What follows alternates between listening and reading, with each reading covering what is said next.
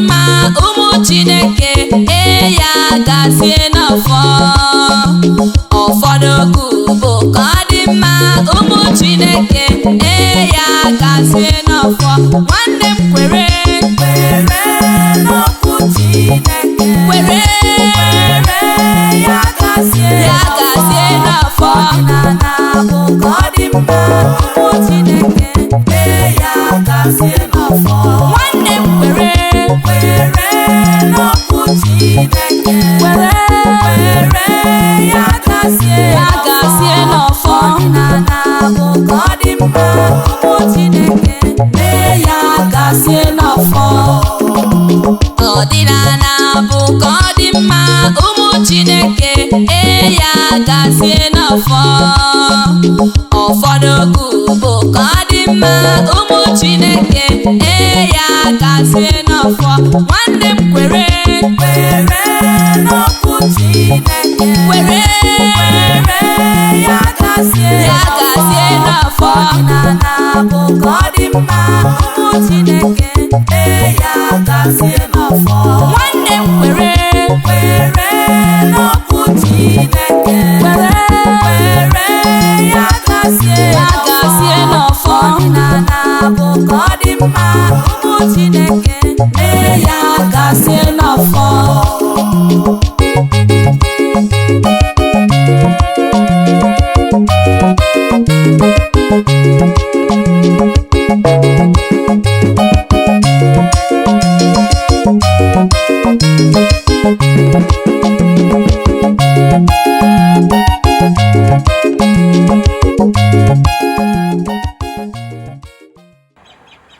Good morning, viewers all over the world.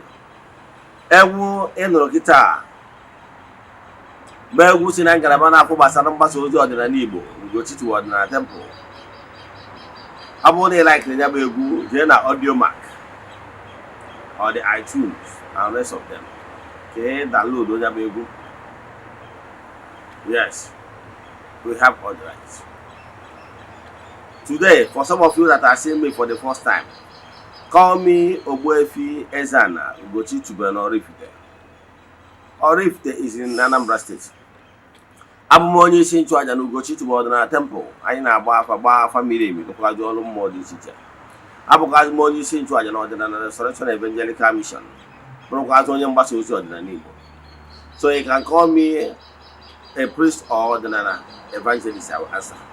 My mission is to help people live better life. N'ụbọchị taa n'oge awa nke eziokwu, isiokwu anyị bụ marriage in Igbo spirituality. Marriage in Igbo spirituality. But before we dive into today's lecture proper, important announcement. Don't forget that we are still in the month of January. Our group ritual is still ongoing.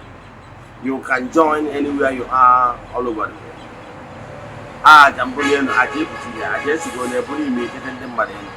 But as you all know, we don't share testimonies on social media.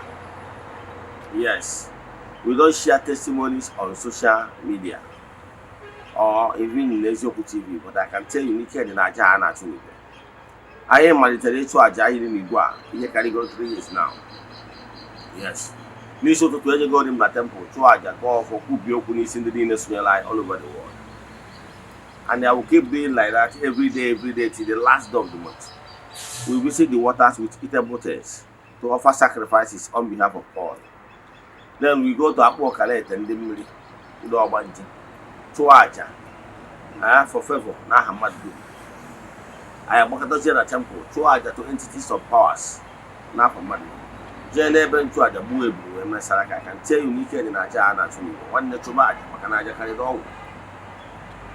So if you are interested in joining our monthly rituals, what you have to do is to make token donation.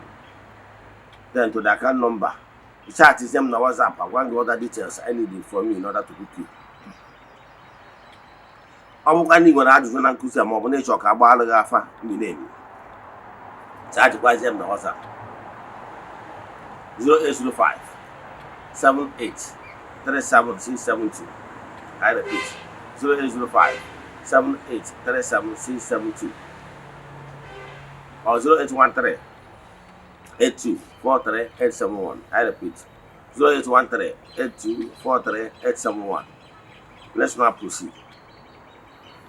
Today's lecture might be long, but if you pay attention, you will learn something that will change your life. What am I saying? Marriage, marriage. Note that marriage in Igbo spirituality is when two families, two individuals, man and woman, came together, agrees to live as one, agrees to live in order to raise new family. Marriage in Igbo spirituality is not what you do in the hidden. No. The two parties involved must agree, and also the families must be carried along. And they know that in Igbo spirituality, as a man, you are not buying the woman. What the family of the woman did is to loan you the woman based on our mutual agreement of marriage. They loan the woman to you in order to help you to raise a new family. And the children that the marriage produce will be ezeana to the family of the woman. Yes. So in Igbo spirituality, the woman, you do not buy the woman or buy the woman over 100%. No. No matter what they will not. Yeah, you say no loan, no, for any reason that woman falls sick in your house. Yes, constantly demand that you will inform their parents, her parents. You inform her parents. The mother. Yes. For any reason, you cannot bury the woman. The woman is your wife, yes. But because now they born one out of some you will not bury her with your own powers. Her people must be informed. If you have to how about witness? Number one, they try their best. Because here you raise a new family, not to kill. That is why when a woman dies, and a yes, Manaba modern development. And when I see never want to walk on one year and one idea warm. About the hand one idea. No, I be hesitating in India 1 year and a bit. However, any decision why I bet dear, I guess any hand upon Giga. That is the body of the woman will be buried in her husband's place. Why the soul of that woman, the spirit will be taken back to her father's house. Are you following? It's a teaching for another day. But what I want to tell you is to know that Nandi one mother guy very river for some wafer. Oh, Yapatana and Igbo. Abona one, if I get Melbourne, I get bros, your Jenna Ben Naya. The Ben Naya by and Kiri. A wap webber. A bruiser went on a bed here, a bag and was away near. Then I'm a map most and I can see. So go on and work against it. If you marry a woman, you need to do the needful. What will give you rights over that woman, both spiritually and physical, is the bride price. No matter how small. I get a couple one day cheer, one more than a bank of wine. Nina beginning, and that's what you know what I want. Yes, I cook you. no matter how small. Ọ bụrụ na be anyị ị nwere ike imesi ego nwaanyị na-eme the family nwere ike count by the money back, give it back to you, maybe were as low as 200 or even 500. Gwa gị ihe neta nwa ha anya na ọ bụrụ ego bụ the problem na ha ele nwa ha ele. So what am I saying is that in Igbo spirituality, gbaa mbọ gị nwa bụ nwoke, no matter how broke you are. Ọ bụgoro na nwaanyị na-anụ nwere ihe ọ na-eme, has money to support you, to do her bride price of a 10, make sure that that money, your money, but make sure that that bride price money is yours. If the woman want to help you to make the marriage, as in the ceremony, elaborate one, maybe what I think the other side, attraction and entertainment, those ones are entertainment. What is the key of that ceremony is the bride price paying. Are you following? Make sure no okoro gi nke n'ime a ewota ngwa ego. Ọ ghara ịbụ nwaanyị ga-eweta ego a ga-eme n'isi ya. Get why? Maka na ọ bụrụ na nwaanyị weta ego eme n'isi bụzikwa nwoke. Ọ gwa nwoke ga-eweta ọnya ka ị ga-eji n'ekwu na nwaanyị nji ego nwe eme gịnị. It gives you spiritual empowerment. Yes. So you must be the one that will pay the bride price. You must be. You must be the one that will pay your bride price. Yes. Always pay the bride price. Ọ bụrụ na ịkpọrọ nwa mmadụ ikwunye ndị ibie amarọ debe na be gị unu a na-amụ nwa, ọ bụrụ ọkwa nye nwa mere gị ka ị bụrụ the owner of that ụmụazị maọbụ nwaanyị anwa. Ị ga-follow the custom of ndị na-anụ onye amata na ndị Ebonyi. Ọ bụgo na nwaanyị gada nwaanyị biri ụlọ ọmụgudoro ụmụ ọrụ ụmụ ịtọ nọ ise, ọ bụrụ na imere otu ha si eme na befa maka na nkụ dị na mba na-eghere mba nye ọkwa isiokwu. Ọ bụrụ na fere n'isi gị na nwaanyị asị okwu, ọ kpọrọ ụmụazị niile agwa ya na je n'oji ọzọ, onye anwa nyere ebi, onye anwa nụrụ ya the second one mee the needful, ụmụ niile ahụ ụmụ na be gị bụ nke ya. Ịghọtara? Maka na adị agba aka azụ ala. Ịgbara aka n'azụ a na onye jiji ọ na-akọnye. Gịnị ka m na-ekwu maka ya? Ịlụ di na nwunye na ala Igbo bụ ihe dị very sacred. Maka na nne na nna m nwa, what is important there is the blessing of the parents. Ọ nne na nna m nwa ga-agọzi gị nwa m. O nwere ego a na-enye nwaanyị mụrụ nwa, anyị na-akpọ ya na be anyị napụ azịza. Onye ego a na-enye iji wee sị ya mma na nwa gị nwaanyị a etorukwana na ọ na-abazikwa na be di dị afọ na ụmụ ilu anwa mbara ahụ ọ na-azara gị. It will be no more unless maybe once onwe ụbọchị ọ bịarutere. Mana today officially na a na-anapụ ya nke ọ na-eso di ya ka o je wuba anada ngwuru. Dị afọ o nwere ego a ga-enye nwaanyị a iji tinye aka n'obi na be anyị na-akpọ ya ịnapụ azịza. The man is to the woman. Then I better never work, I may work a bride price. Oh, working in a bride price of one. That is one abroad, Yano Nimono. Oh, dear, no mona, they didn't bride, who may have a bride price. I want a mona, I want a dear honors, whom I walk on no to go. Oh, Yano, they can't listen. More one was another uncle, very present, but not the woman. Are you following? So, bride price ya bụ eme marriage to one nwoke. And so that is the time the parents will shower their blessings. Ọ mgbe ahụ ka onye na-ekezi nwata nwaanyị a gị ga-asị gị na di gị were bịa. Ụnụ bịa hụ na n'ọnụ.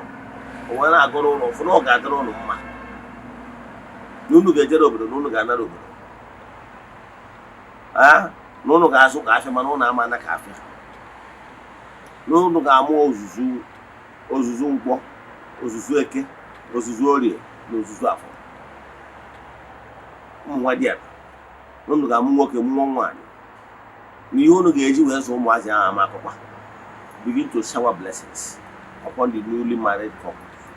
So know it that day after that prayer is the blessings. That is the marriage blessings. You don't need any other marriage again. Makano onwenu na-eke. The parents, the father of that bride,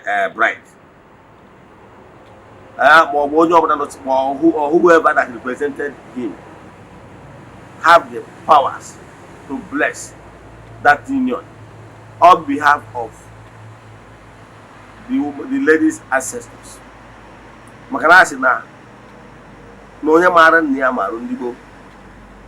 So the present person in that family is the representative of the ancestors they were married. So in his capacity as the head of the family, he can bless the union. Yes. So stop this your attitude of looking down on Igbo marriage, thinking that white marriage is better. No. The Reverend Father, the pastor that is blessing the marriage, is he the person that owns the two people involved? Before any other blessing we shower in this newly married couple,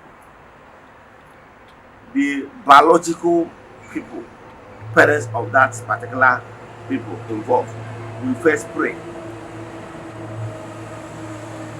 Especially Nankawan. So stop this thing you are doing, because you are looking down on Igbo marriage. But instead of you to receive the blessings of Onyenwanwa,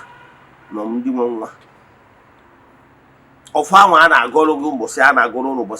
is very huge. But it's a pity that most of you you now prefer white wedding against the normal traditional marriage. On our marriage, the real first marriage is the family, the consent of the people when the woman in army. So know it and know peace. Make sure you settle the family that owns the woman you want to marry as a man. Or you go upper hand in the spiritual realm that may have anybody over that trespass towards that angle or the problem. So what am I saying in essence is this: make sure that whoever that trespass against you,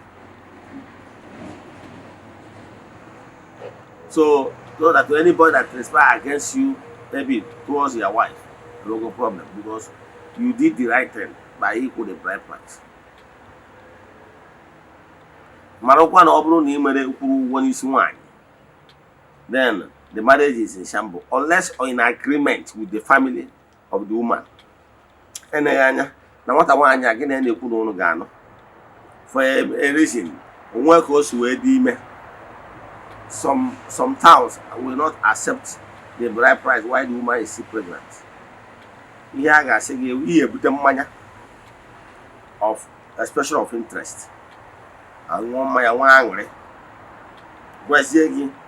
Na ha anabatogogi interest in ebe nwa fano. However, nature ka nwa ha muo nwa, omuzie nwa e be me other things. Are you following? That is the north. Marriage is spiritual. Makana whenever you got married to a woman, you are married both her Ismails. So pay attention to any woman you want to marry. Settle all her note, her spiritual forces. One, you settle her physical relatives. Yes, the parents, the homeowners, and villagers as well, including the mothers, that is homeowners, including the youths, including the parents. Settle all of them. They are groups. The same way she have links with spiritual groups. Yes. So you still have to pay attention to her spiritual groups so that you will be able to marry that woman and enjoy her to the fullest. Some of you will go and marry a woman that is even stronger than you in the spiritual way. And to make the matter worse, you did not even pay attention to her spiritual forces. And they can know of man, so that they will give you their blessings. If not, that marriage can forward. Yes. So I wouldn't show anyone. You can make mistake more from do can which more no might make a mistake and bigger. But as you know, before you marry a woman, make sure you are at peace with her forces. Settle her dote. One dote to your nature, then you want one. Wah, nay, I know of ma. In a handle, I can tell you, you will be able to control that woman. Because whatever the woman is doing in your house, her handle has influence in her attitude. So when you get a sick, by the time you settle her handle, glory all the knows ya, you say back all on. Because he may good. Ndi na anu ya na mmụọ na ndị nwunye na mmụọ ịbịakwa gwa ha nye ha permission. Let me tell you, if for any reason you go and carry somebody's daughter and now worry, na anu ya without the parents' consent, believe in me, how you make ihe niile a ga-agba gị war. As you are looking at me now, would you be happy after training your own daughter? Somebody came just carry your daughter and now warrior making babies with your daughter without your consent. Will you feel happy? More money for that man, he can taking on that again. You don't respect. Because what all the blessings of the single time. Father, family consent. Would you be happy? It will can day first is someone and no cigarette happy with you because you just for any reason follow the woman, the lady in question, without even getting their own consent. More may like one what I want and talking like this. Negro who's no a place a man or work as a man there, they need the I can tell you. You want to wear physical or spiritual. So once you want to marry a woman as a man, make sure you settle a carry her and do it alone. The same thing go on for one. I want to work in a better or better. The rules of the go let's say. First is here, now for what is system I agree with harmony. On your heading back. I cannot be blessed. So know today that marriage is spiritual. Let the family of the woman you need their blessing of the ancestral blessings. And now marriage will go. Yes. Abroad in anonymous, you got married to a woman. You are living with a woman. You have not paid her bride price. Please to try and do the needful. Okay, you need the spiritual power against that woman, ahead of that woman. So that more you could say that they have women. So that all your man didn't na cross boundary, na cross line. You could do more about Let me stop here. So if you have any question in today's lecture on nature about family, chat me on WhatsApp. On nature issue and I monthly ritual live, chat me also on WhatsApp. 0805 78 37 672. I repeat, 0805 78 37 672 or 0813 82 43 871. I repeat, 0813 82 43 871. See you tomorrow. May the blessing of Chukwu be with you. May the work of your hands begin to yield fruit. May you be favored. May you be protected. May this year of 2025, the year of abundance, may you be remembered. May you be favored in all ramifications. As I made this declaration, so shall it be.